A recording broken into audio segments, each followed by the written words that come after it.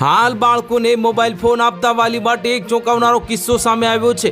Mobile આધુનિક યુગમાં communication માટે ક્રાંતિકારી ડિવાઇસ સાબિત થયું છે, પરંતુ આ સુવિધાની મોટી દુવિધા એ બની છે કે હવે વ્યસન બની જતા અનેક સામાજિક માનસિક સમસ્યાઓ પેદા થઈ છે।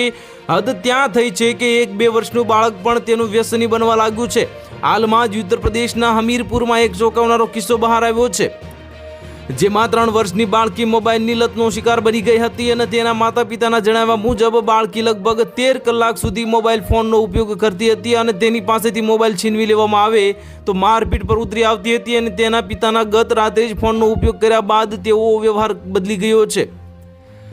તે દિવાલો સાથે વાતો કરવા લાગી, જે મતલબ માનસિક સંતુલન ગુમાવી દીધું છે। અને આવો એક જ મામલો નથી, આજકાલ બાળકોમાં સ્માર્ટફોનની લતના અનેક કેસ બહાર આવી રહ્યા છે, જેના કારણે બાળકોમાં સફળતા, નીંદરની સમસ્યા અને શીખવા સમજવાની કમી જેવી અનેક સમસ્યાઓ પેદા થઈ છે।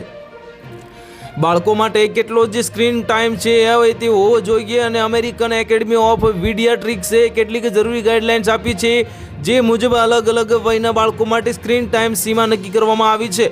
2 વર્ષથી ઓછા બાળકો સ્ક્રીન ટાઈમ બિલકુલ નહીં, અને જ્યારે 2 થી 12 વર્ષના બાળકો માટે દરરોજ 1 કલાકથી વધુ સ્ક્રીન ટાઈમ ન હોવો જોઈએ।